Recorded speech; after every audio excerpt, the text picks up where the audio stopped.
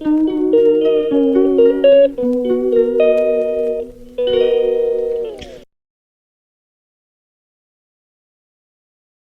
Friends, இன்றைக்கி நம்ம செய்ய போகிறது பாசிப்பருப்பு சாம்பார். ஒரு டம்ளர் பாசிப்பருப்பு எடுத்துக்கோங்க. அது நல்லா வாஷ் பண்ணிவிட்டு நம்ம குக்கரில் போட போகிறோம். வாங்க பார்க்கலாம். பாசிப்பருப்பு வாஷ் பண்ணி வச்சாச்சு. இது கூட 3 பச்சை மிளகாய், கொஞ்சோண்டு மஞ்சத்தூள், பெருங்காயத்தூள் சேர்த்துருக்கோம். அடுத்தது என்ன சேர்க்க போகிறோம் பார்க்கலாம். 3 பெரிய தக்காளி, சின்ன வெங்காயம் ஒரு 15 பல் எடுத்திருக்கேன். பூண்டு ஒரு 5-6, விருப்பப்பட்டால் பூண்டு போட்டுக்கோங்க. பூண்டு போட்டால் வாய்வு தொல்லை போகும், அதனால் நான் பூண்டு சேர்த்துக்கிறேன். பூண்டு வெங்காயம் இது கூட போட்டிருக்கேன். அடுத்தது நம்ம விருப்பப்பட்ட காய்கறிகளை சேர்க்க போகிறோம். நம்மளுக்கு விருப்பமான காய்களை போட்டு நம்ம சாம்பார் செய்யலாம். முருங்கைக்காய், பீன்ஸு, உருளைக்கிழங்கு இப்போ குக்கரில் போட போகிறோம்.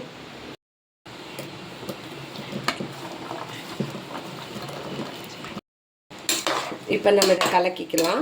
கலக்கி 5-6 விசில் விட்டோம்னா ரெடி ஆயிடும். அது கூடவே நம்ம சின்ன வெங்காயம், கடுகு, கடலைப்பருப்பு, ஜீரகம்லாம் போட்டு தாளிச்சிக்கலாம். இப்போ இதில் 5-6 விசில் வரட்டுங்க.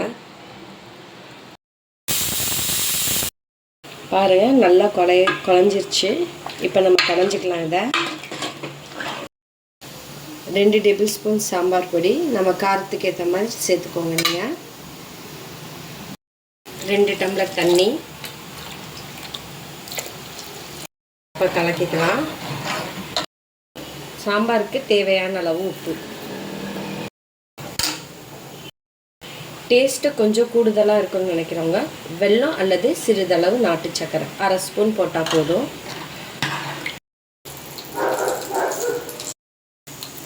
ரெண்டு ஸ்பூன் நெய், இது தாளிக்கிறதுக்குங்க. கடுகு, ஜீரகம், பேசுனா சின்ன வெங்காயம், கருவேப்பிலை.